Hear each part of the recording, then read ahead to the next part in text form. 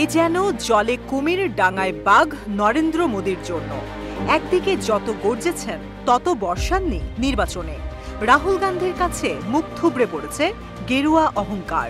জয় পেলেও জয়ের সুবাতাস হারাতে হচ্ছে মোদীকে। একক সংখ্যাগরিষ্ঠতা না থাকায় ঘুরতে হচ্ছে দাঁড়ে দাঁড়ে। এ অবস্থায় যদি জিতেও যান, সামনে আরও বিপদে পড়বেন তিনি।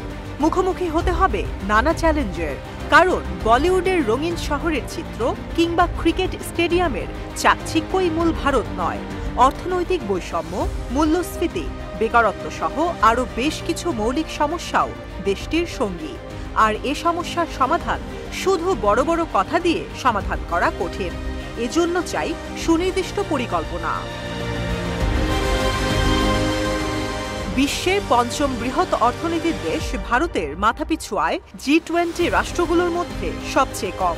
দেশটির মাথাপিছু আয় গেল বছর ছিল প্রায় $2,500। দেশটি যদি আসলেই নিজেদের অর্থনীতিকে বিশ্বের তৃতীয় পর্যায়ে নিতে চায়, বাড়াতে হবে মাথাপিছু আয়। অর্থনৈতিক প্রবৃদ্ধি দ্রুত হচ্ছে, তবে এর যোগান ও সুফল প্রায় পুরোটাই শহর নির্ভর।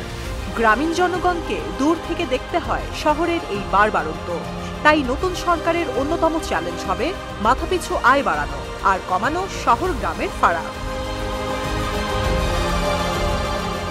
মহামারীর কারণে বৈশ্বিক অর্থনৈতিক অবস্থার অবনতি, সেই সাথে যুদ্ধ বিশ্বজুড়েই বাড়িয়ে দিয়েছে উদ্বেগ।